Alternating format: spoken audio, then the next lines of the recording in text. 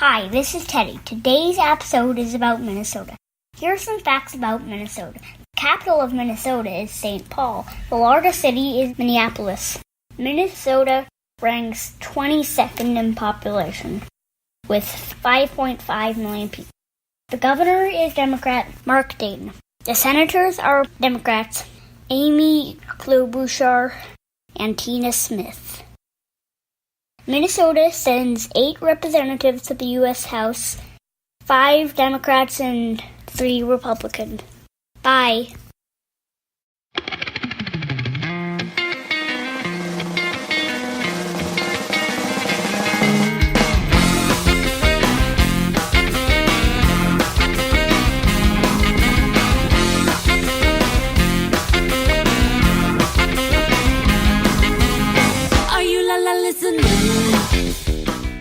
Hey everyone, this is Kelly with Two Broads Talking Politics, and today we're talking about the politics of Minnesota.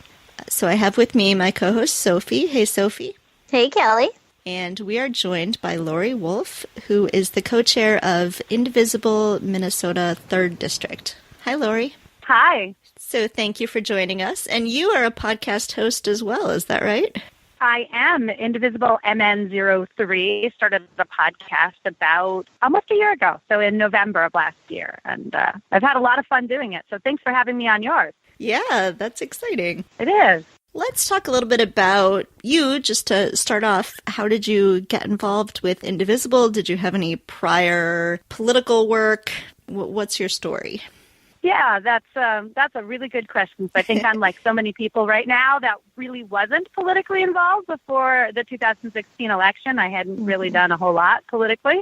And of course, that changed everything when Hillary Clinton lost and Donald Trump won in 2016. I thought to myself, okay, democracy needs me. I have not been doing my duty as a involved citizen, kind of letting things go along without me, and that has to change today. So I actually sat on my couch and ate ice cream for a couple of weeks. So to be honest, it didn't happen immediately. Even Hillary Clinton said she drank a lot of Chardonnay, so it's okay. Yeah, we all had to cope in our own way those first few weeks. And then in January, I think it was shortly before Trump's inauguration. So I came across just an announcement online. I think it was actually through the website Nextdoor, if your listeners are familiar with that sort of neighborhood website, of just a neighborhood meeting at the local library of people that were interested in getting involved, and they called it Indivisible, and I had never heard of that before. And so I showed up at the meeting, and there were about 120 people at our local library, all like me, who were concerned and had seen a post and wanted to come get involved, and it just took off from there. And you know what happens when you volunteer for one thing and then you get volunteered for more things, and now I'm co-chair. So I don't know anything about that. What are you talking about? Yeah, I'm sure that's never happened to you before, right? Right. Or your listeners, you know, you speak up for one thing and then all of a sudden you're running the show. It's like, wait, this isn't what I meant to do. I've had to do my darndest not to end up as a co-chair of Indivisible. It's been very hard, actually. Well, we do need you. I mean, just Indivisibles nationwide. We need everybody involved. So, whatever little slice of the pie you can contribute, that's appreciated, I'm sure. All right. And so we think of Minnesota as sort of a Democratic state, generally. But the Yes. 3rd Congressional District where you live actually has a Republican representative. We do, and we have for a very long time, because before our current Republican held the seat, another Republican held the seat for a very long time. So it's actually been a Republican seat since the late 60s, pretty much. So it's a long history of being a Republican seat. And this is like the suburbs around Minneapolis. What does the district look like? So this is another interesting note, right?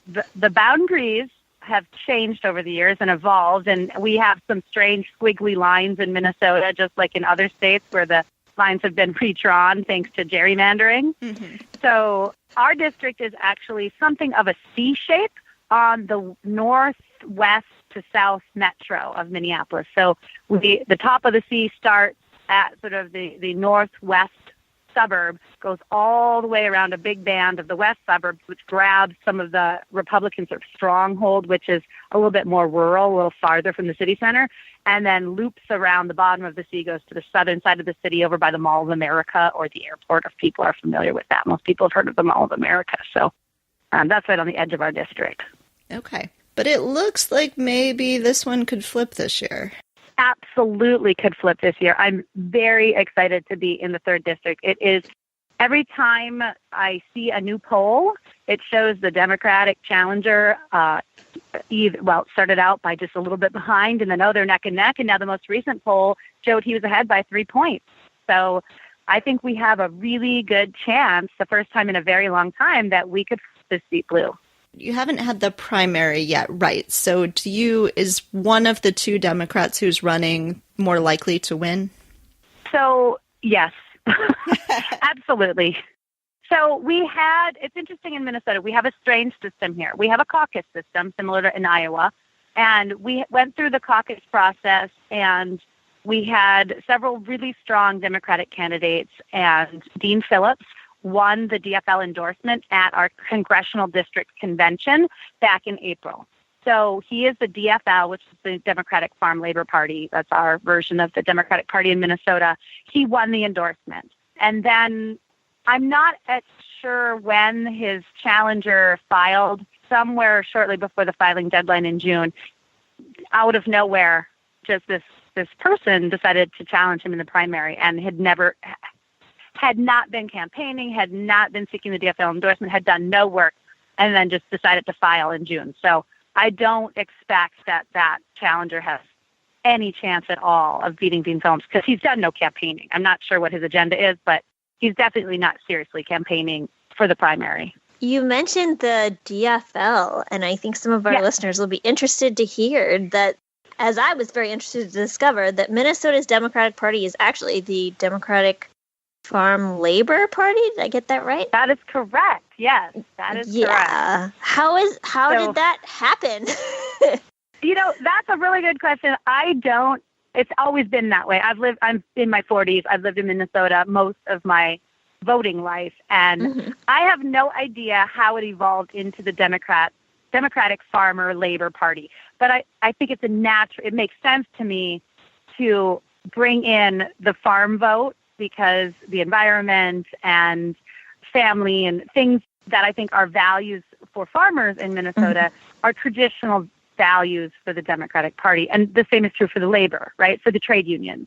All of the labor unions used to be a huge voting bloc within the Democratic Party. And, we struggled with that, not just in Minnesota, but nationally, right? So a lot of union voters used to vote Democrat, voted for Trump in 2016. So we in Minnesota, I know that the party is trying very hard to reclaim those roots of the rural farm vote and the union voters to come back to the Democratic Party. Wikipedia tells me the DFL was created on April 15th, 1944 with the merger of the Minnesota Democratic Party and the Farmer Labor Party. Well, there you go. I actually had not checked Wikipedia for the history of that. And I'm happy to report that I was not yet born in 1941, so that definitely predates me by a couple decades. And the committee was initially chaired by Hubert Humphrey. Oh, yes, a name in Minnesota politics that you cannot avoid. I mean, Hubert Humphrey is a huge Minnesota name, along with Paul Wellstone. People may have heard of Paul Wellstone, you can't go anywhere in Minnesota Democratic circles without people quoting Paul Wellstone. So Minnesota has actually a really high voter turnout rate. I think it's the highest in the country. Absolutely. We're very proud of that. We have the number one voter participation rate in the country of any state. And Minnesotans are proud of that. It doesn't matter what party you're from. If you ask people, they are excited to tell you we participate. So that's one thing that we can be proud of. How do you think it came to be like that? Like, teach us your ways, basically. I'm not really sure. I know that Minnesota was number one for a very long time. And then we slipped down to 7th. And that was just shocking. I mean, it was totally unacceptable. One of the guests I had on my podcast with Indivisible MN03 was Secretary of State Steve Simon, the Minnesota Secretary of State currently. And he said when he took office, we were at number 7 that year, and he made it his mission to get us back to number 1 because that was just totally unacceptable for Minnesota not to be at number 1. And so some of the things he said he's done to try to bring us back up to number 1 is a lot of outreach. And we have a pretty organized system through the Secretary of State's office of going into high schools, going into colleges, and trying to get young people to register to vote. And this year in particular, I think that that's going to be a huge influence on the election because we're hearing more and more about how the young voters are motivated, and they're a big voting bloc who traditionally haven't voted in midterm elections. So if the young people come out to vote, that can make a huge difference. So that's one thing, is voter outreach, trying to really reach people in terms of voter registration, making our voter registration easy. We have a great website in Minnesota. It's mnvotes.org. You just go to that website and you can check to see if you're registered. If you're not registered, you can register to vote in about 3 minutes online if you have a couple of simple things like, your birth date and you have your address and you need some sort of government-issued ID or something to identify you to do the registration online. So he's made that accessible, which helps. And another thing that I think helped in 2016 and will help even more in this upcoming midterm election is opening up no excuses early voting. And he's working on a better name for that because I asked him, I'm like, Secretary Simon, that's a terrible name for something. He's like, I know, we're working on it. So it used to be in Minnesota that in order to vote absentee, you had to fill out a form, you had to certify that you were going to be out of the state, that there was a reason why you could not physically show up at the polls on the day of the election. Well, he got rid of that. So now you go to mnvotes.org, you just fill out a form online saying, I would like to vote early by mail, or you can walk into one of the government centers where, it's where you get a passport, where you can get a driver's license. You can go in there and you can vote early. So I've already voted for the primary, which is until August 14th, but I was traveling a lot and I didn't want to worry about it. So I requested my ballot by mail online. It took me 30 seconds, got it in the mail, filled it out, had to have a witness sign, which was easy for me because my husband just signed it, popped it back in the mail, and I'm done. And you can do the same thing for the election in November, and early voting starts September, I think, 27th. It's the very end of September. You can already start going in person, or they'll send you one in the mail if you want to request it. So that makes it accessible for people, right? Because some people work. Election day is not a national holiday in this country, and I personally think it should be, but it's not. And so it's hard for some people to leave work. Not everyone can do that. And so sometimes there's very long lines, and they don't have the 4 hours to stand in the line that I did for voting in 2016. So this makes it more accessible. So I think voter outreach, getting people to register online in a very easy way, and then allowing people to vote early and vote by mail. I think that's part of what has helped boost our participation rates. But then, also I think Minnesotans are pretty educated about democracy and politics, and I think we just have something of a culture here of participation.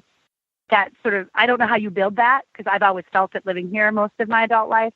So I don't know the secret to that other than, we talk to our neighbors. I talk to everyone I know. Are you registered to vote? You don't talk politics necessarily, right? I'm not asking who they're going to vote for or telling them to vote for my candidate. I'm just saying, are you registered? You're going to vote, right? Did you vote?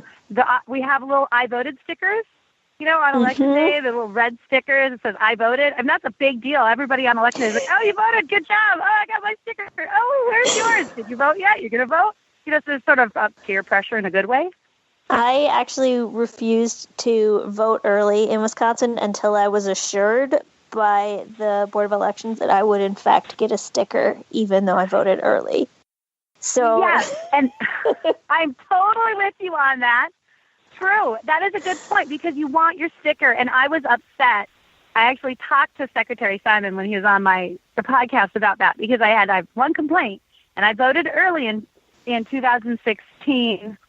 And I waited in line for 4 hours for the primary election, and then in the regular election in 2016, I voted early because I didn't want to do that long line again. I said I didn't get a sticker. I'm very upset. I didn't get a sticker. And he said so many people complained. So many people called his office and asked about that sticker. That this year if you vote early, you get it in person at the polling place, and if you vote by mail, they're going to include the sticker with your ballot in the mail. That's great. So you can put it on election day and say, I voted, even though I voted a month ago, I voted. I'm like, yes, thank you, Secretary Simon. I need my I voted sticker. I know exactly what I'm writing to the Secretary of State of Wisconsin about tomorrow. Good there luck with you go. that, You